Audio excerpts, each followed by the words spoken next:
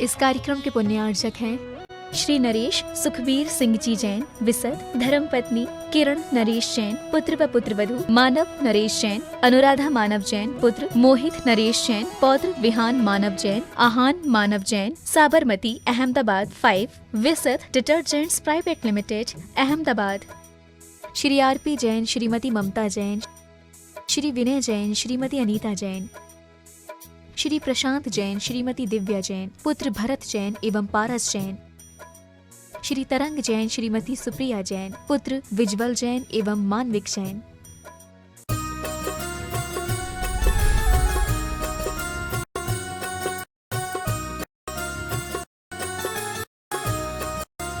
बोलिए देवादिदेव 1008 पार्श्वनाथ भगवान की जय जय जय। श्रवण संस्कृति के उन्नायक प्रातः स्मरणीय आचार्य भगवंत विद्यासागर जी महामुनिराज की जय जय जय। गुणायतन प्रणेता, शंका समाधान करता व भावना योग प्रवर्तक प्रखर वक्ता पूज्य मुनिवर श्री प्रमाण सागर जी महाराज की जय जय जय। परम पूज्य मुनिवर श्री अरह सागर जी महाराज की जय जय जय।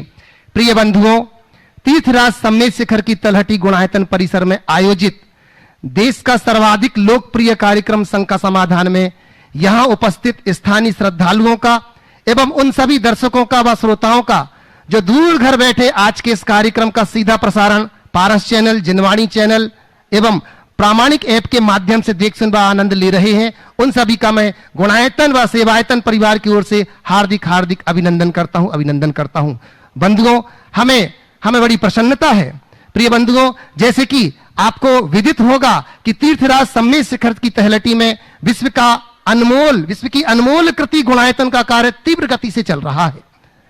आत्मा को परमात्मा बनाने की यह अमूल्य कृति आप यहां पर प्रत्यक्ष रूप में देखेंगे। बंधुओं, यदि आप गुणायतन परिवार से नहीं जुड़े हैं तो गुणायतन परिवार एवं सेवायतन परिवार आपसे निवेदन करता है कि आप गुणायतन कार्यालय से संपर्क करके इसकी विभिन्न सदस्य योजनाओं एवं विभिन्न निर्माण योजनाओं से जुड़ करके अपना उदारतापूर्ण सहयोग प्रदान कर सकती हैं। यह कार्य शीघ्र पूर्ण हो, योगदान की आपसे अपेक्षा करते हैं। बंधुओं, इसके लिए प्रतिदिन होने वाली शांति धारा में अपने जीवन के मांगलिक अवसरों पर, स्वास्थ्य लाभ, जन्म दिवस आदि प्रसंगों पर पुण्यार्जक का सौभाग्य आप प्राप्त कर सकते हैं। महानुभावों, हमें बड़ी प्रसन्नता है कि हमारे आवाहन पर गुणायतन से नए जुड़ने वाले अनेक सदस्य यहां पर उपस्थित हैं। बंधुओं, संस्थापक सदस्य के रूप में स्तंभ से जो संस्थापक सदस्य में जुड़े हैं, श्रीमती पुष्पा जी जैन, स्वर्गीय नरेंद्र कुमार जी जैन, श्रीमती बबीता अजय जी जैन, आयुषी श्रेया, अभिषेक जैन, श्रीमती मंजू अजय जैन, निकिता, रिया, देवांश जैन, श्रीमती पूनम जैन, कमल जैन, सौम्या, संयम जैन दिल्ली से। बंधुओं, सूत्रधार के रूप में जिन्होंने 1 लाख रुपए की राशि देकर के गुणायतन परिवार से जुड़े हैं, श्रीमती अंगूरी देवी जैन, स्वर्गीय नेमी चंदी जैन, राजेश छतपुरिया खुरई से।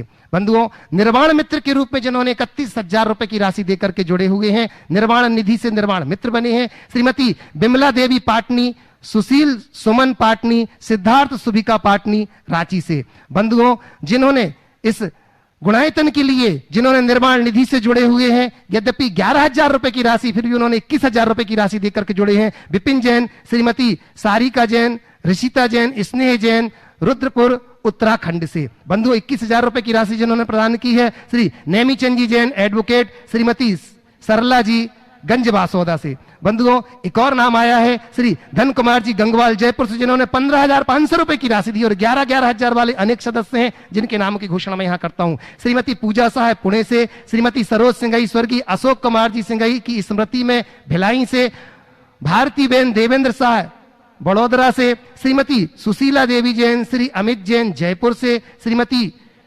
शीतल साह, श्री गुंजन साह अहमदाबाद से, श्री शरद कुमार जी पाटनी जयपुर से, श्री कपूर चंद जी जैन, संतोष जी जैन कैंटोनमेंट वाराणसी से, कुमारी श्रुति जैन पांड्या, पुत्री श्री संजय कुमार जी जैन पांड्या रांची से, श्री वेद प्रकाश जी जैन, नीतू जैन, ऋषभ जैन सतना से। बंधुओं, जिन्होंने 11,000 रुपए की राशि मंदिर निर्माण के लिए समर्पित की है, उदयपुर से श्रीमान धर्मचंद जी जैन, श्रीमती कुमुद जैन के विवाह की वर्षगांठ की उपलक्ष्य पर श्री धर्मचंद जी जैन, रोहित जैन, विकास जैन, रोनित जी जैन, रीना जैन, पारुल जैन, रीत अक्षिता जैन, बहुत बहुत बहुत बहुत धन्यवाद। बंधुओं, मंदिर निर्माण के लिए 11,000 रुपए की राशि और जिन्होंने प्राप्त की है, बिजनौर से श्रीमती पुष्पलता जैन, धर्मपत्नी स्वर्गीय श्री प्रकाश चंद जी जैन, उनको बहुत बहुत धन्यवाद। बंधुओं, जैसे कि आपको विदित है, कल पूज्य मुनिश्री ने आशीर्वाद और आह्वान किया कि आगामी जो होने वाले सिद्ध चक्र महामंडल विधान के लिए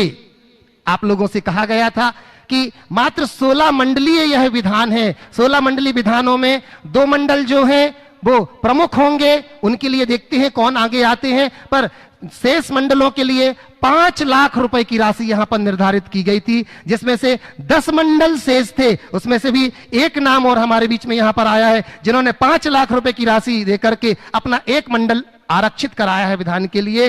श्री प्रमोद कुमार जी, श्रीमती बिमला जैन लखनऊ से, जो कि गुणायतन ट्रस्टी भी हैं, उनको बहुत बहुत बहुत बहुत गुणायतन परिवार उनको धन्यवाद देता है। और आप देखेंगे कि यह सिद्ध क्षेत्र और सिद्ध चक्र विधान और प्रसिद्ध महाराज के सानिध्य में संस्कृत का वह विधान अपन यहाँ पर शुरू करेंगे। पूज्य मुनि श्री के चरणों में हम सब मिलकर के चलते हैं प्रतिदिन के भांति नमोस्तु निवेदित करते हुए आज के संघ का समाधान के लिए। भो स्वामी नमोस्तु नमोस्तु नमोस्तु। और प्रथम प्रश्न के लिए मैं यहाँ पर निवेदन कर रहा हूँ, हमारे बीच में श्री राजकुमार जी काला निवेदन करता हूँ, वो तैयार रहेंगे। श्री हमारे सुभाष जी पूनम जी जैन, ईओ गुणायतन। गुरुदेव के चरणों में सशत बंदन, सशत नमन। गुरुदेव, आज प्रातःकाल सुत पंचमी का महान पर्व आपके सानिध्य में हम लोगों ने मनाया। ये जैन धर्म की एक काफ़ी महान परंपरा है, जिसको हम लोगों ने मनाया आपके सानिध्य में। अपने हाथों से हम लोगों ने आपको शास्त्र दान किया। गुरुदेव, आपने चर्चा की, हमारे यहाँ जिनवानी की बहुत महिमा है। जिनवानी भविष्य में आने के लिए, आने वाली पीढ़ियों के लिए जिनवानी को सुरक्षित रखने के लिए आपने 4 बातें बताई: श्रुत सेवा, श्रुत निष्ठा, श्रुत संरक्षण और श्रुत संवर्धन। इसके लिए आधुनिक टेक्नोलॉजी के माध्यम से आपने इसके लिए रास्ता भी बताया। मैं चाहता हूँ इसको पुनः इसको आप उद्घाटित करें। देखिए, ऐसा है, आज का ये दिन हमारी संस्कृति का महानतम दिन है। आज का ये दिन हमारी संस्कृति का बड़ा महानतम दिन है। मैंने आज सुबह भी कहा था कि आज की तिथि में हमें शास्त्र मिले, शास्त्र नहीं हमें आँख मिले, जीवन का मर्म मिला। और ये हमारी संस्कृति का बहुत महत्वपूर्ण अंग है। मैंने आज सुबह 4 बातें की थी कि हमारे हृदय में निष्ठा हो, सेवा हो और संरक्षण का भाव हो, संवर्धन का भाव हो। हमारे हृदय में इनके प्रति निष्ठा होनी चाहिए और इन्हें अपने जीवन का मूल आदर्श बना करके चलना चाहिए। एक बात अपने मन मस्तिष्क में रखें कि जिनवानी ही मेरे लिए प्रमाण है, इसकी बातें ही मेरे लिए प्रमाण है। जो बातें शास्त्र में लिखी गई है उसके अनुरूप जीवन मुझे जीने का प्रयत्न करना है, इसके विरुद्ध मुझे कोई आचरण नहीं करना। ये सोच अपने अंदर होनी चाहिए। पहली बात, ये निष्ठा का द्योतक है। सेवा का मतलब है कि हम जिनवानी को अपने आचरण और व्यवहार से इस तरीके से व्याख्यायित करें कि उनका गौरव बढ़े। संस्कृति की सेवा के लिए हम अपना जितना बन सके बनाएं, लगाएं। आज प्रातःकाल मैंने संरक्षण और संवर्धन के संदर्भ में 2 मुख्य बातें की थी कि जिनवानी के संरक्षण आज एक बहुत बड़ी चुनौती है। पुराने समय में ताड़पत्रों में जिनवानी अंकित की जाती थी और वो हमारे पास हजारों वर्षों तक सुरक्षित हो गई। आज वो टेक्निक लगभग छीन हो गई कि ताड़पत्रों में हम ग्रंथों को रख सके और उसे लंबे समय तक संरक्षित रख सके। तो इसके लिए एक प्रयास हुआ कि हम सबको डिजिटलाइज करें और उसे सर्वर पर डाल दें टेक्नोलॉजी के माध्यम से। ये एक अच्छा उपक्रम है। हमें सभी ग्रंथों को डिजिटलाइज करना चाहिए, उन्हें डिजिटल फॉर्म में रखना चाहिए, लेकिन ये भी लंबे समय तक टिके इसकी कोई सुनिश्चितता नहीं है। कल टेक्नोलॉजी बदल जाए या टेक्नोलॉजी फेल हो जाए तो इसका कोई भरोसा नहीं। इसलिए आज मैंने पहले प्रातःकाल कहा था कि जिनवानी को लंबे समय तक संरक्षित करना चाहते हो तो इन्हें ताम्र पत्रों में उकेर कर मंदिरों के ग्रंथागारों में रखें। मंदिरों के ग्रंथागारों में रखे, जैसे आप मंदिर में भगवान विराजमान करते हैं वैसे एक एक कक्ष होना चाहिए, जिसमें ताम्रपत्र में हमारे मूल आगम ग्रंथ तो होने ही चाहिए। मैंने सुबह बोला था इस तरह की योजना बनाई जाए, योजना बनी भी है, अभी सुभाष जी उसके बारे में जानकारी आप सबको देंगे। और लोगों को आगे आना चाहिए अपने मंदिरों में या जहाँ के मंदिरों में ऐसी व्यवस्था हो। सब ग्रंथों की एक एक दो प्रति भी अगर ताम्रपत्रों में हमने अंकित कर दी तो आने वाले पीढ़ियों तक हमारे ये शास्त्र सुरक्षित रह जाएंगे। इनके प्रति हमें ध्यान देना चाहिए। इसलिए जिन लोगों की भी इच्छा है इस कार्य में आगे आने की, वे आगे आए, अपना हाथ बटाए, योजनाएं बनेगी। आज सुबह मैंने कहा था, चूंकि यहीं बैठे बैठे भाव आए थे, बातचीत चल रही है, अभी उसका कोई स्पष्ट बजट समझ में नहीं आया, लेकिन फिर भी जो टेंटेटिव है अभी सुभाष जी आपको बताएंगे। आप लोग उसके अनुरूप अपना लाभ जरूर लें और जहां आप इसका लाभ लेना चाहें लें। यहाँ एक ऐसी व्यवस्था बनाई जा रही है कि वो सारे ग्रंथ बनाए जा सकते हैं ताम्रपत्र पर। बहुत जल्दी उसके लिए आप सबको बताया जाएगा। इसी तरह जिनवानी के संवर्धन के लिए, जिनवानी के प्रचार प्रसार के लिए भी लोगों को आगे आना चाहिए। मैंने सुबह कहा था कि आज प्रमाणिक समूह इस क्षेत्र में बहुत अच्छा काम कर रहा है। पिछले अनेक वर्षों से प्रमाणिक समूह के द्वारा बच्चों के लिए एनिमेटेड वीडियोज के माध्यम से कहानियां और अन्य डिजिटल माध्यम से बच्चों की पाठशाला अधिक संचालित की जा रही है। शुद्ध पंचमी के अवसर पर आप ये कार्य कीजिए। लोग हम लोगों को शास्त्र देते हैं, हम कितना शास्त्र रखेंगे? सच्चे अर्थों में ज्ञान के प्रचार और प्रसार का उपक्रम ही शास्त्र की सच्ची सेवा और भक्ति समर्पण है। इसकी दिशा में लोगों को काम करना चाहिए, लोगों को बढ़ चढ़ करके हिस्सा लेना चाहिए, आगे आने का प्रयास और पुरुषार्थ करना चाहिए ताकि ये कार्य बखूबी हो सके। इसलिए आज श्रुत पंचमी के अवसर पर मैं आप लोगों को बोलूंगा कि इस दिशा में आगे बढ़ें। मैंने कहा था कि ये गुनायतन में जो भी कार्य हो रहा है ये इसी संस्कृति के संवर्धन का एक महत्व है, काम है, इसी संस्कृति के संरक्षण का एक उपक्रम है। ये भी एक ग्रंथ की रचना है जहां आकर के व्यक्ति अपने जीवन के मर्म को जान सकेगा, जहां आने के बाद एक पल, कुछ पलों में ही जीवन के बोध को जानेगा, समस्त जैन तत्व ज्ञान को जानेगा, जहां आते ही उसे समझ में आ जाएगा कि मिथ्या दृष्टि क्या है, सम्यक दृष्टि क्या है, और उसे पता लग जाएगा श्रावक क्या है, साधु क्या है, ध्यान कैसे होता है, कर्मों की निर्जरा कैसी होती है, और कैसे भगवान का केवल ज्ञान और केवल ज्ञान में हम अपनी सहभागिता कैसे दे सके। ये सब बातें यहाँ देखने को मिलेगी। मैं इस विषय में ज़्यादा नहीं कहूँगा, लेकिन ऐसे कार्यों में जो योगदान देते हैं सच्चे अर्थों में उनकी ही श्रुत निष्ठा मानी जाती है। तो ऐसे कार्यों में योगदान दीजिए, हाथ बटाइए। केवल जिनवानी को अर्घ्य चढ़ाने से, जिनवानी पर वेष्टन लगा देने से या शास्त्रों को धूप दिखा देने से श्रुत निष्ठा प्रकट नहीं होगी। हमें संस्कृति निष्ठ होना होगा, समर्पित होना होगा, और ये तय करना होगा कि जैसे मुझे मार्ग मिला है वैसा ही मार्ग आने वाली पीढ़ियों को भी मिलता रहे। ये अगर हमारी सोच बनेगी तो हम निश्चित रूप से बहुत सफलीभूत होंगे। आज सुबह हमने काफ़ी विस्तार से इस विषय में बात की है, बार बार उसकी पुनरावृत्ति नहीं करूंगा, लेकिन आप लोगों को ये प्रेरणा जरूर दूंगा। हमेशा एक बात ध्यान रखो, मुझे मार्ग मिल गया इसमें संतुष्ट मत रहो। ये मार्ग आने वाली पीढ़ियों तक बना रहे इसका भी सोचो। अगर हमारे आचार्यों ने ऐसा नहीं सोचा होता ना तो हमारे आगे तो अंधेरा होता। उनने हम पर कृपा की तो तुम्हारी जिम्मेदारी है कि आने वाली पीढ़ी के लिए कुछ करो, तभी तुम कुछ अच्छा कर सकोगे। अपने द्रव्य का, अपने समय का, अपने शक्ति का, अपने संसाधन का संस्कृति के विकास के लिए लोगों को योगदान देना चाहिए, तभी श्रुत पंचमी मनाने की सार्थकता होगी। सुभाष जी, पूनम जी। गुरुदेव, मैं आपके सुबह के प्रवचन के बाद 8-10 लोगों का मेरे पास फोन आया कि ये जो महाराज जी ने आज अनाउंस किया है कि ताम्रपत्र पर शास्त्रों का, हाँ। तो मैंने कहा कि अभी इसका सुभाष जी बताएंगे उसको। सुभाष पूनम जी, सीईओ गुणायतन, प्रश्न के साथ साथ अपनी बात रख रही है। परम श्रद्धेय मुनिद्वय के चरणों में शत नमन।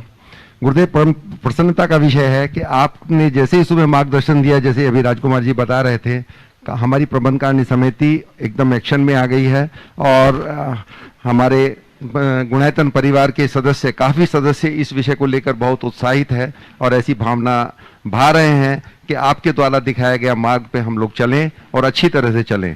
इसके लिए मशीन की व्यवस्था भी की जा रही है गुरुदेव, जल्दी वो मशीन भी आ जाएगी।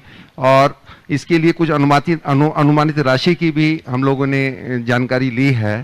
तो जो ताम्रपत्र है उसका अनुमानित राशि अभी एक प्रश्न का 1000 रुपया होगा, लेकिन अभी वो खोदने के बाद फाइनल नहीं है, लेकिन अभी और उसमें जानकारी प्राप्त करेंगे और बहुत जल्दी आप समाज के सामने और गुणायतन के सभी सदस्यों के सामने पूरी जानकारी हम लोग लेके आएंगे। प्रामाणिक समूह जो इतना अच्छा काम कर रहा है और उसमें ज़्यादातर वॉलंटियर्स हैं, देश विदेश के वॉलंटियर्स हैं, बिना पैसे के वो सब काम करते हैं, फिर भी कुछ खर्चे तो होते ही हैं। तो इस विषय में अनुमानित राशि एक कहानी की करीब 31,000 रुपया होती है। तो उसके लिए आप लोग अपना सहयोग प्रदान कर सकते हैं। उसकी जो पूरी योजना की डिटेल्स अभी जल्दी ही 1-2 दिन के अंदर हम लोग विस्तार से आप लोगों के सम्मुख रखेंगे। लेकिन आज गुरुदेव ने जो हम लोगों को मार्गदर्शन दिया वो अति महत्वपूर्ण है, बहुत समयोपयोगी है और इसको हम लोगों को सभी को मिलकर आगे बढ़ाना है, ऐसा हम लोगों ने संकल्प किया है। गुरुदेव के चरणों में नमन। बहुत अच्छा। देखिए अभी सुभाष जी ने जो बात आप सबके बीच कही बिल्कुल सही है।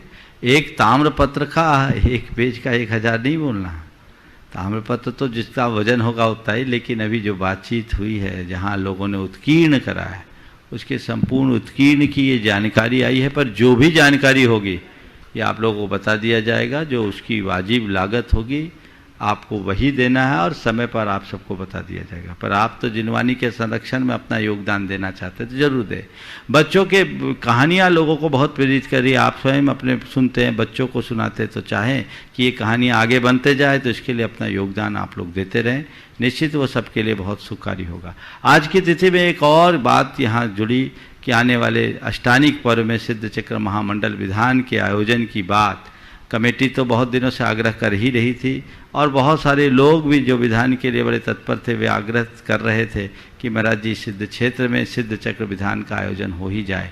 अष्टानिक पिछले अष्टानिक में हम यहाँ पहुँच नहीं पाए इसलिए वो रह गया, पर इस अष्टानिका का लोग लाभ लेना चाहते हैं। जुलाई की अष्टानिका में, आषाढ़ की अष्टानिका में सिद्ध चक्र महामंडल विधान का भव्य आयोजन यहाँ होगा। चूँकि कोविड का काल है इसलिए यहाँ अधिक लोगों को प्रवेश देने के लिए मैंने अपनी सम्मति नहीं दी, कुछ ही लोगों के लिए उसमें स्थान मिलना है और वो कुल अभी हमने 16 मंडल के लिए सम्मति दी है। 16 मंडल बहुत जल्दी बुक हो जाएंगे, मुझे मालूम है, आप लोग जानते हैं कैसे क्या होता है। यहाँ तो 84 मंडल भी पलों में बुक हो गए और ये सम्मेद शिखर जैसी शाश्वत धरा है, पावन धरा है। मैं आप सबसे कहना चाहता हूँ जिनको भी अपने मंडल यहाँ आरक्षित कराएं, पूरे प्रोटोकॉल का पालन करते हुए आपको यहाँ पूरी व्यवस्थाएं दी जाएगी। उसकी सारी रूपरेखा आपको सविस्तार समय पर बता दिया जाएगा, लेकिन आप इसमें अपनी सहभागिता दें। सिद्ध क्षेत्र में सिद्धों की वह पावन आराधना संस्कृत का मूल विधान निश्चित व जीवन के कल्याण का कारण बनेगा। जो यहाँ प्रत्यक्ष आकर के लाभ ले सकेंगे वो लाभ लेंगे ही लेंगे और बाकी जिनवानी चैनल और प्रमाणिक ऐप के माध्यम से घर बैठे लाभ लेने की भी व्यवस्था यहाँ कर दी गई है। इसलिए इस विशेष आयोजन, इस महान आयोजन में अपनी सहभागिता सुनिश्चित जरूर करें। लोगों को सिद्ध चक्र विधान के महात्म का बोध कराने की मुझे कोई ज़रूरत नहीं है, क्योंकि पिछले विधानों में लोगों की उत्साह और उत्कंठा ने इस बात को साबित कर दिया है कि वाकई में लोगों की दिलचस्पी कितनी गहरी है। तो आज यह कार्यक्रम घोषित किया गया। आज से 1 महीने का दिन बचा है, 17 तारीख से तो कार्यक्रम प्रारंभ हो ही जाएगा, इसलिए ज़्यादा समय नहीं है। और मंडल कुल 16 हैं और 16 में कई मंडल पहले से सुनिश्चित हैं, इसलिए बहुत थोड़े हैं। जो भी अपना नाम देना चाहें, जो व्यवस्था यहाँ की समिति ने आपको बताई है अभी आपको पुनः बता दी जाएगी, उस व्यवस्था के तहत आप अपनी सहभागिता सुनिश्चित कर लें। बाद में कहीं ऐसा ना हो हम तो रह गए। भाव तो बहुत विशाल स्तर पर यहाँ सिद्ध चक्र विधान कराने का सबको था। कटनी के कार्तिक की अष्टानिका में ये बात थी, लेकिन अभी देश काल की स्थिति अच्छी नहीं है इसलिए वैसा नहीं हो पा रहा है। फिर भी जो लोग यहाँ प्रत्यक्ष आकर भागीदारी करेंगे वो भाग्यशाली होंगे ही होंगे। आप पहली कोशिश कीजिए कि हम प्रत्यक्ष जाकर इस अष्टानिक के पावन दिनों में यहाँ सिद्ध क्षेत्र में सिद्धों की आराधना का आनंद ले सके, तो ये बहुत अच्छा होगा। जिनको भी अपने ओर से लाभ लेना ले, मैंने कई बार बोला अपने जीवन में एक बार सिद्ध चक्र विधान तो सभी को करना ही चाहिए। ये जीवन भर के ज्ञात अज्ञात भावों से किए गए पापों के प्रायश्चित का भी एक रूप है और ये संस्कृत का मूल विधान आपने एक मंडल लेकर के किया तो इसमें आपकी सारी व्यवस्थाएं हो जाएगी। और चूंकि पूरे देश में इसका प्रसारण होगा तो बहुत सारी चीज़ें और बहुत सारी व्यवस्थाएं समिति को यहाँ बनानी पड़ती है, इसलिए उस व्यवस्था के तहत आप अपनी भागीदारी सुनिश्चित करेंगे तो निश्चित ये सबके लिए कल्याणकारी होगा। महाराज श्री, अगले प्रश्न के रूप में श्रीमती मिनी इंजीनियर रमेश जी सतना से पूछ रहे हैं, नमोस्तु निवेदित करते हुए, कि बाहर से शांत दिखने के लिए अंदर से बहुत लड़ना पड़ता है, तो महाराज श्री ये अंदर से लड़ने की शक्ति कैसे प्राप्त करें, कृपया मार्गदर्शन दें। बाहर से शांत रहने के लिए अंदर से बहुत लड़ना पड़ता है। आपने कहा अंदर से लड़ने की शक्ति कैसे प्राप्त करें। मैं चाहता हूं अंदर से लड़ने की जरूरत ही न पड़े। अंदर की लड़ाई खत्म करने के लिए क्या करें, अपने आप को भीतर से शांत करने का अभ्यास कर लो। यदि आप भीतर से शांत रहने में समर्थ हो जाएंगे तो आपको कभी अंदर से लड़ाई लड़ने की नौबत नहीं आएगी। हमारी हर पल कोशिश होनी चाहिए, मुझे शांत रहना है, ये हमारे जीवन का लक्ष्य होना चाहिए। यदि हम हर पल ये सोचते रहें मुझे शांत रहना है, मुझे शांत रहना है, मुझे शांत रहना है, तो एक पल हमारे अंदर उस शांति की सद्भावना अपने आप प्रकट होगी। महाराज श्री प्रकाश जैन पाटनी अजमेर राजस्थान से पूछ रहे हैं, नमोस्तु निवेदित करते हुए, कि जैन संस्कृति और बौद्ध संस्कृति भारत की प्राचीनतम श्रवण संस्कृति या पूरे विश्व में मशहूर रही है, परंतु जैन दर्शन की माँ जिनवाणी और बौद्ध दर्शन की धर्मपग रामायण, गीता, महाभारत, कुरान और बाइबिल जैसी पुस्तकों के बीच यथोचित स्थान नहीं बनाने के पीछे क्या कारण रहे। गुरुदेव, यद्यपि हम कई वर्षों से स्तुत पंचमी के पर्व को बहुत ही उल्लासपूर्वक धर्म गुरुओं के सानिध्य में मनाते आ रहे हैं, गुरुदेव हम अपने धर्म गुरुओं के माध्यम से धर्मावलंबी किस प्रकार से योजनाएं बनाएं कि माँ जिनवाणी को प्रमुख धार्मिक पुस्तकों के बीच यथोचित स्थान प्राप्त हो सके। देखिए, बाइबल या गीता, महाभारत, कुरान आदि जो भी धर्म ग्रंथ है वह उस समुदाय का एकमात्र ग्रंथ है और वह एक प्रतिनिधि ग्रंथ के रूप में प्रतिष्ठापित होने के कारण उसमें सब बातें समाहित हो जाती। लेकिन जैन धर्म का स्वरूप बहुत विस्तीर्ण है। इसमें जैनागम का विस्तार इतना अधिक है कि उसे किसी एक ग्रंथ में निबद्ध कर पाना असंभव। तीर्थंकरों की वाणी बड़ी विराट रही और उस तीर्थंकर वाणी में इतना सब कुछ है जिसे लिखना भी संभव नहीं है, छपना तो बहुत दूर की बात। इसलिए हमारे यहाँ द्वादशांग रूप आगम है। आगम को ही हम दूसरे शब्दों में जिनवानी कहते हैं। आज उसका बहुभाग लुप्त हो गया, जो थोड़ा सा है वो भी बहुत विपुल है। इसलिए ये हमारे यहाँ आज तक ऐसी व्यवस्था नहीं बन पाई कि हम किसी एक ग्रंथ को अन्य धर्म ग्रंथों के तरह पूर्ण ग्रंथ के रूप में प्रतिष्ठापित कर सके। लेकिन इस विषय में जब भगवान महावीर का 25वां निर्वाण महामहोत्सव मनाया गया तब ये चर्चा बहुत बढ़ चढ़ करके आई कि ऐसा कुछ हो जो एक ग्रंथ संपूर्ण जैन धर्म का प्रतिनिधित्व कर सके। तो उस समय जिनेन्द्र वर्णी के नेतृत्व में दिगंबर श्वेतांबर दोनों परंपराओं के मान्य ग्रंथों से, प्राचीन ग्रंथों से अनेक गाथाओं को उद्धृत करके 756 गाथाओं का एक संग्रह किया गया जिसे समन सुत्तम के नाम से जाना जाता है।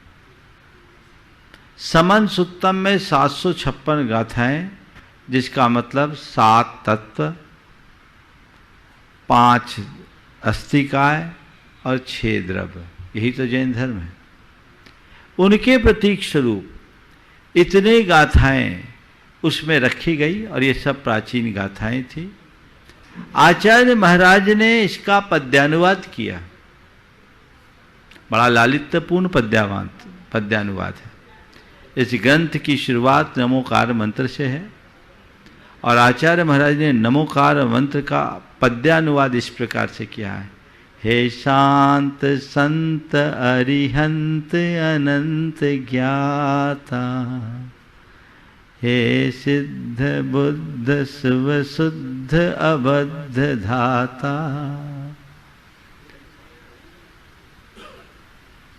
हे शांत संत अरिहंत अनंत ज्ञाता, हे शुद्ध बुद्ध शिव शुद्ध अबद्ध धाता। चलो मुझे विस्मरण हो रहा है, बहुत दिन बाद आई बात। बहुत अच्छा, पांचों परमेष्ठी का बहुत अच्छे से गुरुदेव ने अनुवाद किया और जैन गीता इसका नाम दिया। पर चूंकि ये विद्वानों के द्वारा संपादित थी, समाज में वो स्थान नहीं ले पाई। लेकिन यदि मुझसे पूछो तो मैं कहूंगा इस संकलन में जैन धर्म की सारी बातें समाहित हैं। काश ऐसा हमारे पूर्वाचार्यों के द्वारा किया गया होता तो आज वो मान्य होता और हमारे समाज जैन धर्म में, जैन परंपरा में जो एक कमी दिख रही है उसकी पूर्ति हो गई होती।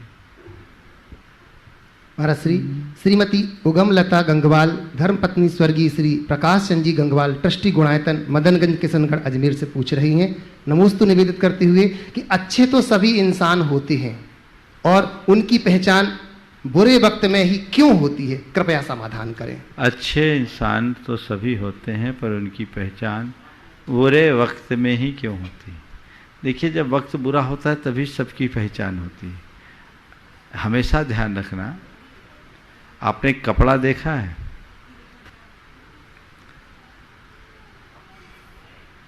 चलो दूसरा उदाहरण देता हूं। आपने पूछा अच्छे व्यक्ति, अच्छे सब इंसान होते हैं पर उनकी पहचान बुरे वक्त में ही होती है, ऐसा क्यों? देखिए, बुरे वक्त में ही पहचान क्यों होती है? जैसे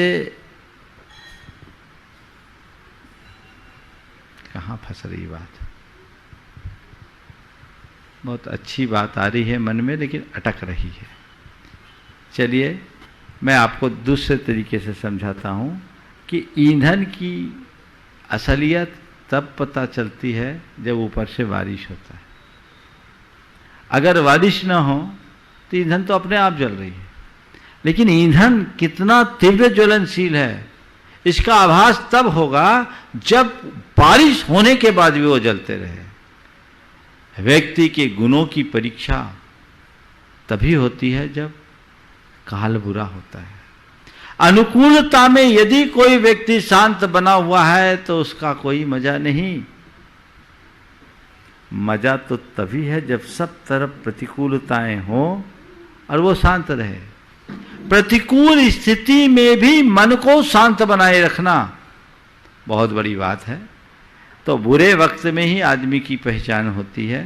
हम हर चीज को तभी समझ सकते हैं कि ये किस तरीके का बन सकता है। बोलो आगे। महाराज श्री मीना अखिलेश सदभैया, ट्रस्टी गुणायतन, टीकमगढ़ से समूचे परिवार की ओर से नमोस्तु निवेदित करते हुए पूछ रहे हैं, आज जिनवाणी पूजन की उसमें जयमाला में कुछ वाक्य आए जो उन्होंने अपने पिताजी से पूछे तो उन्होंने कह दिया कि ये अरहंत केवली और सुत केवली का विषय है। तो हे स्वामी, आपसे जिज्ञासा है कि गुरुदेव, अरहंत केवली और सुत केवली में क्या अंतर है और क्या इनके कल्याणक होते हैं? क्योंकि तीर्थंकरों के तो 5 कल्याणक होते हैं। देखिए, केवली किन्हें कहते हैं? जिन्हें केवल ज्ञान होता है वो केवली कहलाते हैं। इसमें हमारे सभी तीर्थंकर होते हैं। तीर्थंकरों के 5 कल्याणक होते हैं, पर तीर्थंकरों के अतिरिक्त जो सामान्य महापुरुष होते हैं उन्हें भी हम, जिन्हें केवल ज्ञान हो जाता है तो केवल ज्ञान होने पर वो केवली कहलाते हैं। इनके कोई कल्याणक नहीं होते। केवल ज्ञान में देवों के द्वारा केवल ज्ञानोत्पत्ति के समय में जरूर इनका ज्ञान कल्याणक महोत्सव मनाया जाता है, उनकी पूजा होती है। पर आपने पूछा श्रुत केवली कौन होते हैं? तीर्थंकरों के द्वारा प्रतिपादित तत्व को श्रुत कहा जाता है। उसके पूर्ण ज्ञाता को श्रुत केवली कहते हैं। केवली और श्रुत केवली में बड़ा अंतर नहीं है। अंतर केवल इतना है कि केवली सब बातों को प्रत्यक्ष जानते हैं और श्रुत केवली परोक्ष जानते हैं। ये दोनों आगम के केवली के द्वारा आगम का प्ररूपण होता है और श्रुत केवली उसके पूर्ण ज्ञाता होते हैं। महाराज श्री भिंडर से मंदिर निर्माण कमेटी की ओर से डॉक्टर महावीर जी लिखमावत एवं चेतन भदावत जी ने आपके चरणों में अपनी ओर से समूची कमेटी की ओर से नमोस्तु निवेदित करते हुए निवेदन किया है कि आपके मार्गदर्शन के अनुसार वहां के मूल मंदिर का कार्य अभय भैया जी के ब्रह्मचारी अभय भैया जी के मार्गदर्शन में शुरू हो गया है। कृपया आप हमें मार्गदर्शन दें, हमें आगे और क्या करना है। बड़ी प्रसन्नता है कि भिंडर की समाज ने, खासकर वहाँ की पूरी निर्माण कमेटी ने बड़ी तत्परता के साथ वहाँ एक विशाल जिनालय के निर्माण का उपक्रम प्रारंभ किया। 29 जिनालयों का संकुल, जिसमें 24 ही है और 3 बड़े मंदिर हैं और भरत बाहुबली के 2 मंदिर अलग अलग। आज जैसा अभी बताया आप लोगों ने, मुझे बड़ी प्रसन्नता, आदिनाथ भगवान के मूल मंदिर का भी आपने कार्य प्रारंभ कर दिया और उसके लिए जो आवश्यक कार्य थे आपने संपन्न कर दिया। मैं तो यही कहूँगा, अपने संकल्प को हमेशा ध्यान में रखो और इस कार्य को शीघ्र पूर्ण करने का प्रयत्न करें। अच्छे कार्य को जितनी जल्दी पूरा किया जा सके करने का प्रयास करना चाहिए। पूर्ण पाषाण का मंदिर अपने आप में एक बड़ा अनूठा मंदिर है, सफ़ेद पत्थर पर, मार्बल पर बनने जा रहा है। बहुत छोटी समाज होकर के भी बड़े उत्साह के साथ इस कार्य में लगी है। आप लोग ऐसे ही लगन, निष्ठा, एकता के साथ लगे रहें ताकि इस कार्य को शीघ्र पूरा किया जा सके। महाराज श्री नंदलाल जी जैन गुणायतन कोषाध्यक्ष जयपुर से द्वय गुरुओं के चरण कमलों में वंदन करते हुए पूछ रहे हैं कि श्रुत पंचमी के अवसर पर जैन परंपरा में आगम को भगवान महावीर की द्वादशांग वाणी के रूप में प्रस्तुत किया गया है। क्या यह श्रुत परंपरा जैन दर्शन में ही नहीं अपितु वैदिक परंपरा में भी जन्मोत्कर्ष पर रही है? और क्या वेदों में भी श्रुति के नाम से संबोधित किया जाता रहा है? देखिए, बहुत अच्छा सवाल है। जैन परंपरा में श्रुत को आगम कहा। तीर्थंकरों के द्वारा प्रतिपादित जो उनकी वाणी है उसे ही ग्रंथ रूप में गूंथ कर श्रुत के रूप में रखा गया और जैन आगम श्रुत परंपरा के अनुसार चलते आई। श्रुत शब्द का प्रयोग जैन परंपरा में ही विशेष रूप से प्रचलित रहा, क्योंकि प्राचीन काल में गुरु और शिष्य के मुख से एक दूसरे के तक पहुंचकर एक दूसरे से सुन करके ही इस बात को जाना जाता था। जो सुना हुआ है वो श्रुत, ये चलता आया। अन्य परंपराओं में ये उस रूप में नहीं रहा, क्योंकि जो वेदों को प्रमाण मानते हैं उनके लिए वेद अपौरुषेय है। अन्य दर्शनों में भी अलग अलग अवधारणा है, पर एक शब्द श्रुति है। श्रुति शब्द विभिन्न दर्शनों में प्रयुक्त होता है, पर मूलतः रूढ़ जैन धर्म में ही आता है। हमें इसको उसी रूप समझना चाहिए। महाराज श्री रिद्धि जैन बिहार किशनगंज से नमोस्तु निवेदित करते हुए पूछ रहे हैं कि गुरुदेव, आज जैनों की सरस्वती पूजा है, लेकिन स्कूल के दिनों में लोग वसंत पंचमी को ही पूजा, वो भी वैष्णव धर्म के अनुसार मना लेते हैं, तो क्या इसमें हमें दोष लगेगा? और ज्ञानावर्णी कर्म क्या होती हैं, इनसे कैसे बचें? कृपया हमें दें। महाराज जी, इसी श्रुत पंचमी से संबंधित गुणायतन ट्रस्टी जो है संगीता गहनवे महाराष्ट्र अकोला से, उन्होंने भी श्रुत पंचमी से संबंधित ही प्रश्न पूछा है, कृपया समाधान करें। देखिए, श्रुत पंचमी है, श्रुत पंचमी तो श्रुत पंचमी है। आज प्रातः हमने श्रुत पंचमी के संदर्भ में पर्याप्त प्रकाश डाला, और एक बात जरूर आज श्रुत पंचमी के संदर्भ में कहते कहते मुझसे गणना में एक चूक हुई। मैंने भगवान महावीर के बाद के 3 केवलियों की चर्चा करते करते 39 वर्ष बता दिया, जबकि वो अंतिम केवली के लिए 38 या 39 2 कथन होते हैं। इसे थोड़ा संशोधित कर लीजिएगा। भगवान महावीर के बाद 3 केवलियों का काल 62 वर्ष का और कहीं कहीं 63 वर्ष का माना जाता है, और 5 श्रुत केवलियों का काल 100 वर्ष का। इस प्रकार इनका पूर्ण काल 162 वर्ष या 163 वर्ष। और भगवान महावीर के निर्वाणोपरांत आचार्य धरसेन तक का काल भी जो है वो 683 वर्ष का काल गणना के अनुसार है। तो इसे थोड़ा सा जोड़ लीजिएगा। वो मेरे विस्मरण के कारण बात वैसे निकली है, इसलिए ऐसा मत सोचिएगा कि महाराज जी ने कहा है तो ये गलत कैसे है। इस बात को संशोधित कर लीजिएगा। को न विमुह्यति शास्त्र समुद्रे। आपने पूछा है कि हमारे यहाँ आज सरस्वती पूजा है। श्रुत शब्द को लेकर के कई तरह की बातें हैं। आचार्य धर्षेन स्वामी ने जयऊ सुय देवता कहा। एक तरफ श्रुत देवता, एक तरफ श्रुत देवी, एक तरफ जिनवानी, जिनवानी माता आदि शब्दों का प्रयोग होता है। सबसे पहली बात तो हमें ये समझना चाहिए, श्रुत या श्रुत देवी या जिनवानी या ऐसी जिन सरस्वती के नाम की कोई देवी ऐसी देवी नहीं है जिसने आगम को उत्पन्न किया, जिनने शास्त्र को रचा, ऐसी कोई देवी नहीं है। हमारे यहाँ शास्त्र किसी देवों के द्वारा या देवियों के द्वारा नहीं रचा गया। शास्त्र के कर्ता कौन है? अरहंत परमात्मा। अरहंत परमात्मा के मुख से निकला। जब हमने उसे पुल्लिंग में श्रुत कहा तो श्रुत देवता हो गया। देवता किसे बोलते हैं? जो हमें धर्म अर्थ काम और मोक्ष दे, उसका नाम देवता है। तो जिनवाणी में, शास्त्र में धर्म अर्थ काम और मोक्ष चारों पुरुषार्थों की सिद्धि का मार्ग मिलता है, इसलिए हम उसे श्रुत देवता कह दें तो कोई बुराई नहीं, आगम देवता भी कह दें तो भी कोई बुराई नहीं। अब जबकि भगवान की वाणी को वाणी कहते हैं तो जिन वाणी, वाणी शब्द स्त्रीलिंग है तो वाणी के साथ हमने स्त्री संबंधी शब्द प्रयोग कर दिया और जिन वाणी को माता कह दिया। श्रुत देवी भी एक कहला गई और इसी तरह श्रुत देव या श्रुत देवी के रूप में मूर्तियों का भी अंकन हो गया, कहीं कहीं सरस्वती का भी अंकन हुआ।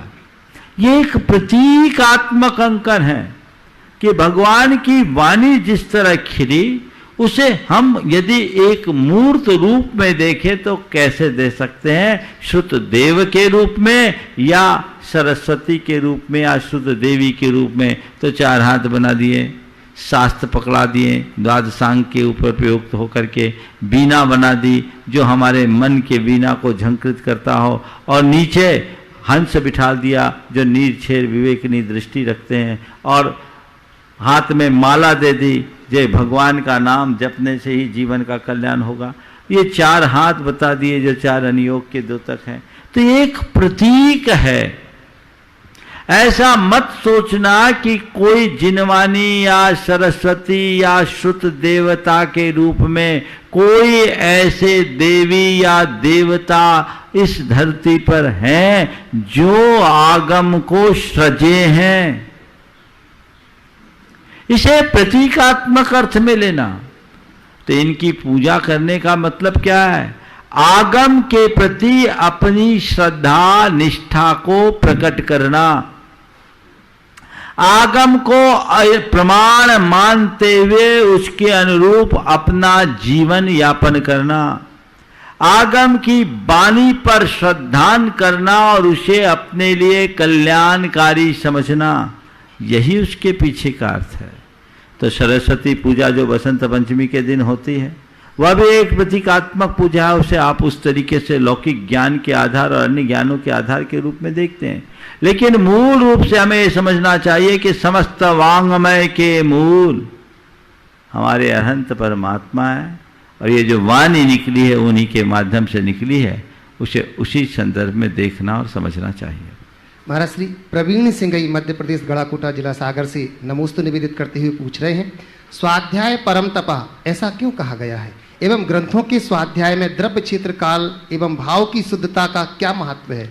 वाह, जिस उत्साह से किसी ग्रंथ या पुस्तक का स्वाध्याय प्रारंभ करते हैं, फिर से बोलो। महाराज श्री स्वाध्याय परम तपा कहा है और ग्रंथों में द्रव्य क्षेत्र काल भाव की शुद्धता को बड़ा महत्व दिया गया है।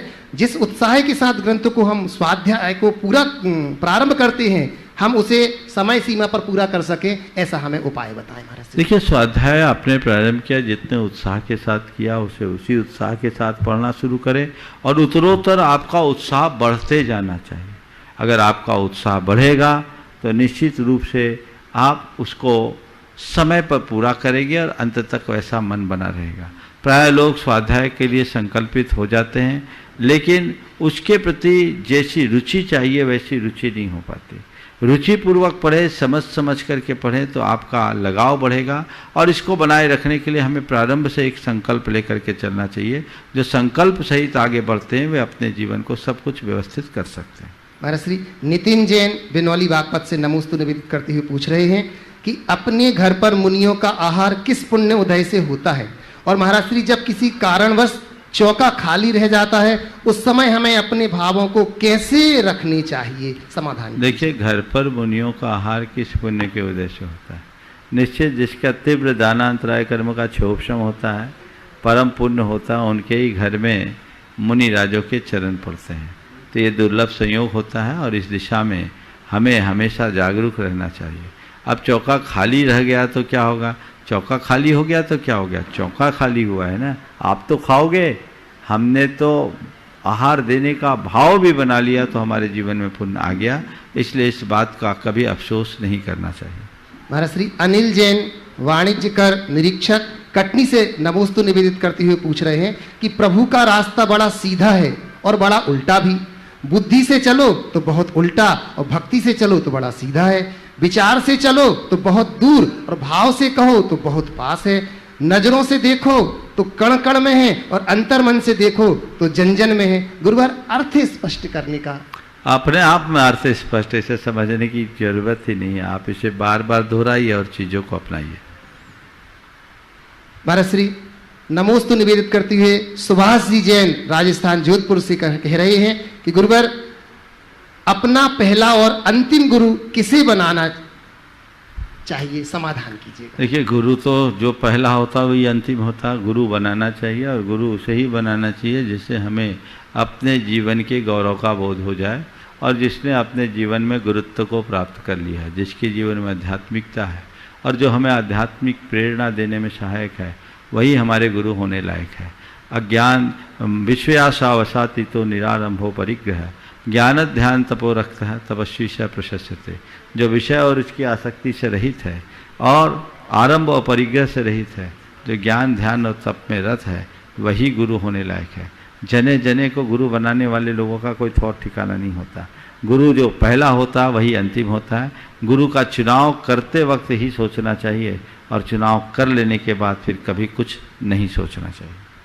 महाराज श्री श्रीमती लक्ष्मी कोमल चंद जी जैन भोपाल से नमोस्तु निवेदित करते हुए पूछ रहे हैं कि महाराज श्री अक्षर विज्ञान क्या है, इसका क्या महत्व है, कृपया मार्गदर्शन दीजिए। क्या अक्षर विज्ञान क्या है, कृपया। देखिए, अक्षरों के विषय में जो ज्ञान है उसका नाम अक्षर विज्ञान है। हम किसी अक्षर की संरचना कैसे हुई, उस अक्षर का उच्चारण किस तरीके से हो, उसका लेखन कैसे हो, इन सब विषय में जो बातें होती है उसका नाम अक्षर विज्ञान। यहाँ उपस्थित जो श्रद्धालु जन है मैं उन्हें यहाँ पर आमंत्रित कर रहा हूँ। हमारे बीच में देवेंद्र जी जैन अजमेरा गया से, मनीष प्रीति जैन, दिव्या और यशा सभी एक साथ यहाँ पर खड़े होकर के अपना प्रश्न रख रहे हैं और इसके बाद तैयार रहेंगे शकुन दीदी सागर से, व्रती दीदी। नमोस्तु महाराज श्री, अपने पूरे अजमेरा परिवार की तरफ से नमोस्तु निवेदित करते हुए महाराज श्री एक दो शब्द चले हैं, बी प्रैक्टिकल। ये बी प्रैक्टिकल जो चलता है उसमें कहीं ना कहीं हम किसी की भी भावनाओं को आहत पहुंचा सकते हैं या खुद भी आहत हो सकते हैं। तो कहाँ तक प्रैक्टिकल होना चाहिए और किन बातों में होना चाहिए और कहाँ नहीं होना चाहिए, क्योंकि मन की भावनाएं इससे कहीं ना कहीं आहत होती हैं। देखिए, बी प्रैक्टिकल एक संदर्भ में अच्छा है, पर मैं तो कहता हूँ इससे एक कदम और आगे बढ़ो, बी स्पिरिचुअल। और अगर हम स्पिरिचुअल हो गए तो हम प्रैक्टिकल होकर के भी किसी को तकलीफ नहीं देंगे। प्रायः प्रैक्टिकल होने की बात लोग इस अर्थ में लेते हैं कि अपना काम साधो काम खत्म, ये बात एकांगी है। सच्चे अर्थों में प्रैक्टिकल होने का मतलब व्यवहार कुशल बनो, और व्यवहार कुशल व्यक्ति वो होता है जो कभी किसी को आघात नहीं पहुंचाता। वो अपना काम निकालता है और सामने वाले को भी समझा देता है। ऐसा प्रयास करने से सब कुछ अच्छा होगा। नमोस्तु महाराज श्री, नमोस्तु। बिटिया भी पूछ रही, दिव्या यशा। अच्छा चलिए शकुन दीदी और इसके बाद तैयार रहेंगे अनिल संगीता जी हजारीबाग से। नमोस्तु दोनों महाराज को नमोस्तु। महाराज श्री इंदौर से शशि अग्रवाल ने अपने ससुर को, उनको ससुर को कैंसर हो कौन? गया है। शशि अग्रवाल आपसे रतलाम में मिले आए थे, तो उनके ससुर को 15-20 साल से कैंसर है। अभी उनको बहुत पीड़ा है, तो बार बार कहते हैं कि भगवान मुझे उठा लो, भगवान मुझे उठा लो। तो उनका कहना है कि महाराज जो शंका समाधान देखते हैं, तो ऐसा संबोधन दे दो कि वो ये शब्द ना कहें कि भगवान मुझे उठा लो। देखिए, बहुत सारे लोगों के साथ ऐसा होता है। जीवन में जब कष्ट होता है, तकलीफ होती है, वेदना होती है, तो मन बड़ा कमज़ोर हो जाता है। और ऐसे कमज़ोर मनस्थिति में लोग इस तरह के उद्गार प्रकट करने लगते हैं। मैं ऐसे लोगों को कहूँगा कि जीवन में चाहे कैसी भी विषम स्थिति आए, जीवन के प्रति उत्साह खंडित मत करो, अपने उत्साह को बरकरार रखें, उसे कहीं से कम ना होने दें।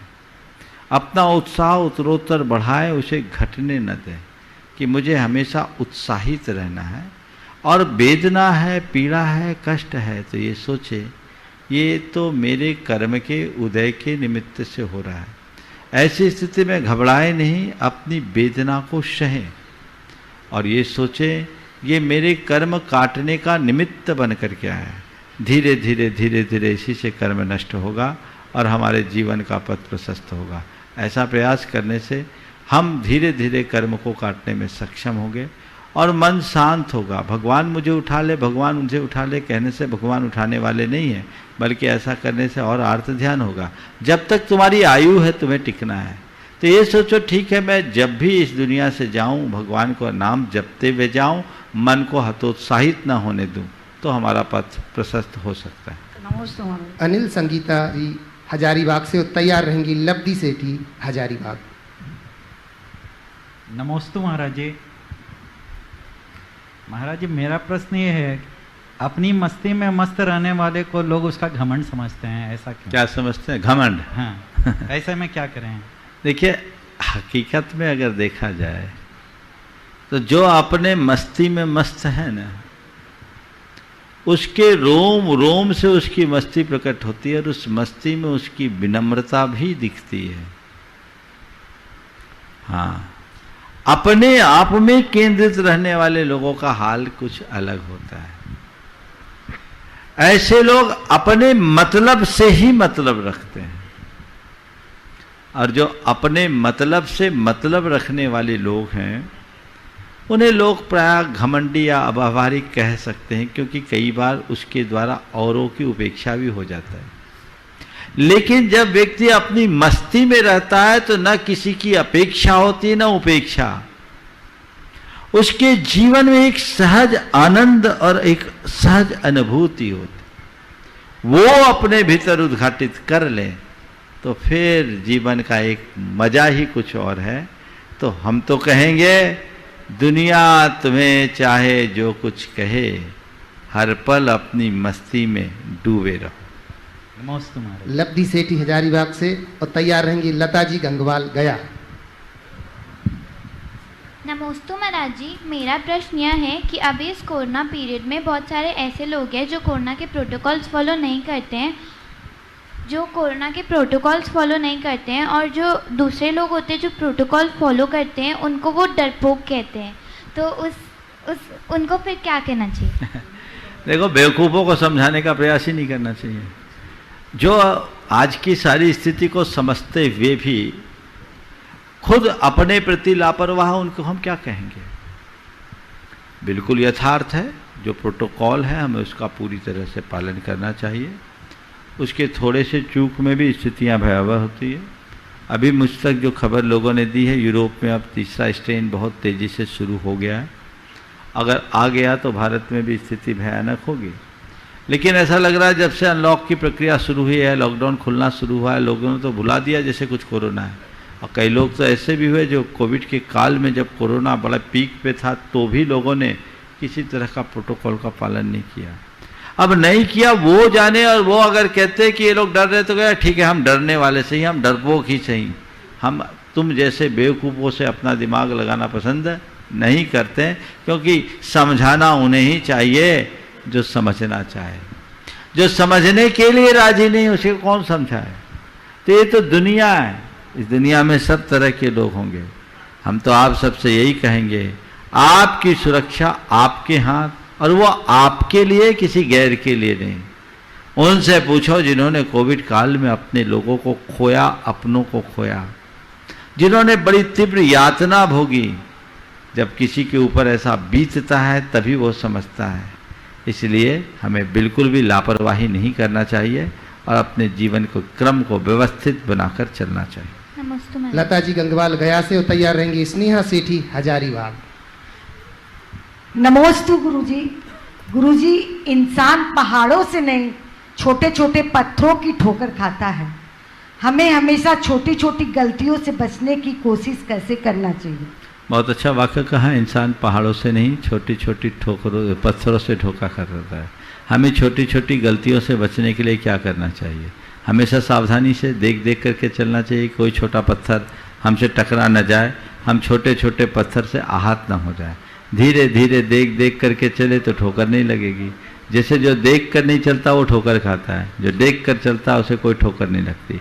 जो व्यक्ति अपने जीवन के प्रति लापरवाह होते हैं उनके द्वारा छोटी बड़ी गलतियां होते रहती है, लेकिन जो अपने जीवन के प्रति जागरूक होते हैं उनसे कोई गलती नहीं होती। हम अपने जीवन के प्रति जागरूक हों और कोई भी गलती हो तो उसके प्रक्षालन के लिए तत्पर हो जाए, तभी हम अपने आप को सुधार सकते। नमोस्तु गुरुजी। स्नेहा सेठी हजारीबाग से वो तैयार रहेंगी। किरण सेठी झुमरी तलैया से। नमोस्तु महाराज। महाराज श्री रिसेंट एक रिसर्च हुआ है जिसमें ये पाया गया है कि जापान के 5000 परिवार ने जैनिज्म को अडॉप्ट कर लिया है और वो सारे उसके फिलॉसफीज, रिचुअल, प्रिंसिपल्स फॉलो करे बिना किसी जोर ज़बरदस्ती के। तो महाराज श्री आपके अकॉर्डिंग, और ये संख्या बढ़ रहा है धीरे धीरे, तो आपके अकॉर्डिंग क्या रीज़न हो सकता है इस कन्वर्जन का, और एज अ यूथ हम लोग का क्या उत्तरदायित्व होना चाहिए इसे एक पॉजिटिव वे में स्प्रेड? सबसे पहले तो ये बहुत अच्छी खबर आपने दी है, और यदि ये खबर है तो मैं इसका डिटेल जानना चाहूँगा। मुझे नहीं मालूम, आज मैंने पहली बार सुना। ये रिसेंट न्यूज आई है, कहाँ से आई ये न्यूज? इसका रिसर्च हुआ है। रिसर्च हुआ है और 5000 लोगों ने जापान में जैन धर्म का अनुपालन किया। हाँ। वो जैन या जैन, इसमें थोड़ा अंतर है, कहीं कन्फ्यूजन तो नहीं है? क्योंकि जैन और ZEN जैन, ये जैन महाराज जैन में कन्वर्ट कर रहे हैं। जैन जो थे वो जैन हो गए। बहुत अच्छी बात है, अगर ये हुआ है तो बहुत अच्छी बात है और हमें इसका स्वागत करना चाहिए, तहे दिल से स्वागत करना चाहिए और लोगों के तक जैन धर्म की उपादेयता को पहुंचाना चाहिए कि ये कितना प्रैक्टिकल है और इसको हम अपने जीवन में आत्मसात कर सके तो कैसे आगे बढ़ सकते हैं। और यूथ्स को भी इन सब बातों का अच्छे तरीके से यूथ्स के बीच प्रचार प्रसार करना चाहिए, वे खासकर उन लोगों के लिए जिनकी जैनिज्म के प्रति अच्छी आस्था या धारणा नहीं। किरण सेठी झुमरी तलैया से तैयार रहेंगे। अवनीश जी। नमोस्तु महाराज जी। नमोस्तु महाराज जी। मेरी परिवार की तरफ से नमोस्तु नमोस्तु नमोस्तु। आजकल के जनरेशन के बच्चे सोशल मीडिया के इतने जुड़े हुए हैं कि अगर हम उनसे कैसे समझाए, सामंजस्य बना के रखें। और शुद्ध पंचमी का दूसरा नाम क्या है? देखिए, ऐसे इस विषय में मैंने एक बार बता दिया हूँ, बार बार क्या दोहराऊँ। आप उन्हें सुने, बच्चों को प्यार से समझाएं और उन्हें उनके औचित्य का बोध कराएं। शुद्ध पंचमी है, इसे दूसरे रूप में हम कहें तो शास्त्र दिवस या आगम दिवस के रूप में कह सकते हैं। अवनीश जी तैयार रहेंगे। पायल जी सेठी हजारीबाग। नमोस्तु महाराज जी। नमोस्तु महाराज जी। नमोस्तु महाराज जी। महाराज जी, कई जगहों पे देखा जाता है निसर्ग में कि दो नदियों का संगम हो रहा है, लेकिन वो दोनों नदियाँ मिलती नहीं हैं। वो उनके लेयर अलग अलग दिखाई देते हैं। मतलब अगर एक नदी आ रही है तो उसका लेयर अलग दिखेगा और दूसरी नदी का लेयर अलग दिखेगा। तो महाराज जी, ये किस वजह से होता है? और उसी से रिलेटेड दूसरा प्रश्न ये है कि अगर वो पॉजिटिव निगेटिव वाली चीज़ है, नदी भी अगर ये समझती है कि वो अलग पानी है, मैं उसमें मिक्स ना हूँ, तो हम मनुष्य अपने आप को पॉजिटिव और निगेटिव में कैसे उस चीज़ को जोड़ें? देखिए, नदी की दो धारा एक दूसरे से मिलती है तो कुछ देर तक, कुछ दूरी तक दोनों की धारा अलग अलग दिखाई पड़ती है। आपने पूछा ऐसा किस लिए होता? इसका वैज्ञानिक कारण जो भी हो, पर हर धारा का अपना वजूद है और हमें एक बात समझना चाहिए कि हमें एक दूसरे के घुलने मिलने में कुछ वक्त लगता है और उस वक्त तक की प्रतीक्षा करनी चाहिए। आप नदी की उस धार को देखो, मैं इसके वैज्ञानिक अवधारणा के प्रति नहीं जा रहा हूँ, पर इसके प्रतीक आशय को आप सबके बीच बता रहा हूँ और इसके भीतर छिपे हुए संदेश से आप सबको अवगत कराना चाहिए। दो धाराएं हैं, दो धाराएं अपनी जगह अलग अलग आई हैं, पर आगे चल करके एक होती है ना। इसी प्रकार जीवन में कोई कितने भी भिन्न विचारधारा के लोग आए हों, थोड़ी देर उनकी विचारधारा अलग अलग दिखती है तो घबराना नहीं चाहिए, उनको सहज रूप से स्वीकार करके उनका स्वागत करना चाहिए। अगर आपने एक दूसरे के प्रति उदारता और सहिष्णुता का परिचय दिया तो थोड़ा आगे चलने पर दोनों धारा को एक होने में देर नहीं लगेगी, फिर लगेगा ही नहीं कि ये धारा कभी दो धारा थी। बस ऐसी सोच अपने अंदर जगाइए। पायल सेठी हजारीबाग से और फिर निवेदन करूंगा अनीता दीदी कटनी से। नमोस्तु महाराज जी, नमोस्तु। यदि आपको अपना दर्द महसूस होता है तो आप जीवित हैं, और दूसरों का दर्द महसूस होता है तो आप इंसान हैं।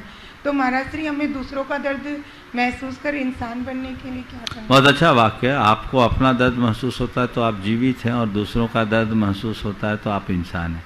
हम दूसरों का दर्द महसूस करने के लिए क्या करें? बस हमेशा दूसरों की पीड़ा को अपनी पीड़ा समझने का अभ्यास बनाएं, अपनी संवेदनशीलता को विकसित करें। और अपनी संवेदनशीलता को हम तभी विकसित कर पाएंगे जब हम अपने साथ अपनी तरह औरों के अस्तित्व को स्वीकारना शुरू करेंगे। जैसे मेरा अस्तित्व है वैसा ही औरों का अस्तित्व है, जैसे मेरा जीवन है वैसे ही औरों का जीवन है। ये समझ जब हमारे अंदर विकसित होगी तभी हम सच्चे अर्थों में कुछ अच्छा कर पाएंगे और औरों के दुख दर्द को समझने में समर्थ हो पाएंगे। अनीता दीदी कटनी से। और निवेदन करूंगा सुभाष पूनम जी, श्रीमान राजकुमार जी काला तैयार रहेंगे। मनीषी महामुनि श्री जी के चरणों में बारंबार नमोस्तु। मुनीश्री हरा सागर महाराज जी के चरणों में बारंबार नमोस्तु। महर्षि, आज आपने दोपहर में जो कथा सुनाई उसमें बहुत सारे कुछ प्रश्न उठ रहे हैं, आप कहें तो अभी पूछ लें। हाँ, पूछो एक दो।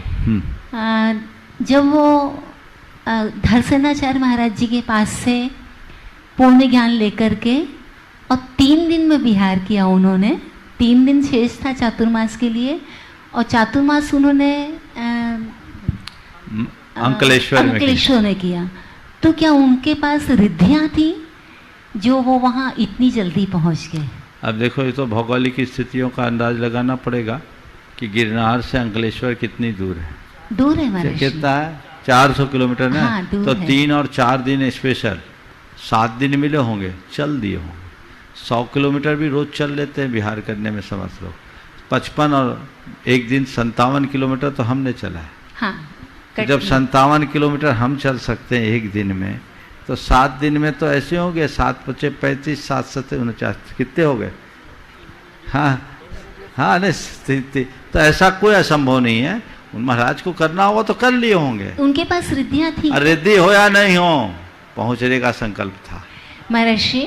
हाँ। और हम ये चाहते हैं कि आराम से उनका जो समर्पण था, उनकी जो श्रद्धा थी, वो विश्वास जो था, वो आत्मविश्वास हम लोग अपने अंदर कैसे जागृत करें कि हम अपने गुरु के प्रति इतना समर्पण करके और उनके हर एक आज्ञा का पालन करके और उनके कार्यों को हम आगे कर सकें। बस श्रद्धा अगर प्रबल हो तो सब बातें अपने आप हो जाती। हमारे हृदय में गुरु के प्रति सच्ची श्रद्धा हो, भक्ति, विनय, समर्पण अपने आप जुड़ेगा। फिर हम उनकी किसी बात की अवहेलना या उपेक्षा नहीं करेंगे, सोच भी नहीं सकेंगे। मन में श्रद्धा होती नहीं है, हम कहते जरूर है, कहीं ना कहीं कमजोर हो जाता है। बातों को जब व्यक्ति अपनी बुद्धि से जोड़कर देखने लगता है, सारी व्यवस्थाएं बिगड़ जाती हैं। और जब बातों को सहज रूप से देखते हैं तो सारी व्यवस्थाएं बन जाती है। हमें उसी अनुरूप देखकर अपने जीवन का क्रम बनाना चाहिए। इस प्रकार आज के इस सत्र को परम पूज्य गुरुदेव के चरणों में नमन अर्पित करते हुए यहीं पर विराम। बोलिए परम पूज्य आचार्य गुरुवर्षी विद्यासागर जी। नमस्ते महर्षि, नमस्ते। इस कार्यक्रम के पुण्यार्चक थे श्री नरेश सुखबीर सिंह जी जैन, विसद, धर्मपत्नी किरण नरेश जैन, पुत्र व पुत्रवधू मानव नरेश जैन, अनुराधा मानव जैन, पुत्र मोहित नरेश जैन, पौत्र Vihaan Manav Jain, Aahan Manav Jain, Sabarmati Ahmedabad 5, Visad detergents private limited Ahmedabad. Shri RP Jain, Shrimati Mamta Jain, Shri Vinay Jain, Shrimati Anita Jain, Shri Prashant Jain, Shrimati Divya Jain, पुत्र भरत जैन एवं पारस जैन, श्री तरंग जैन, श्रीमती सुप्रिया जैन, पुत्र विज्वल जैन एवं मानविक जैन,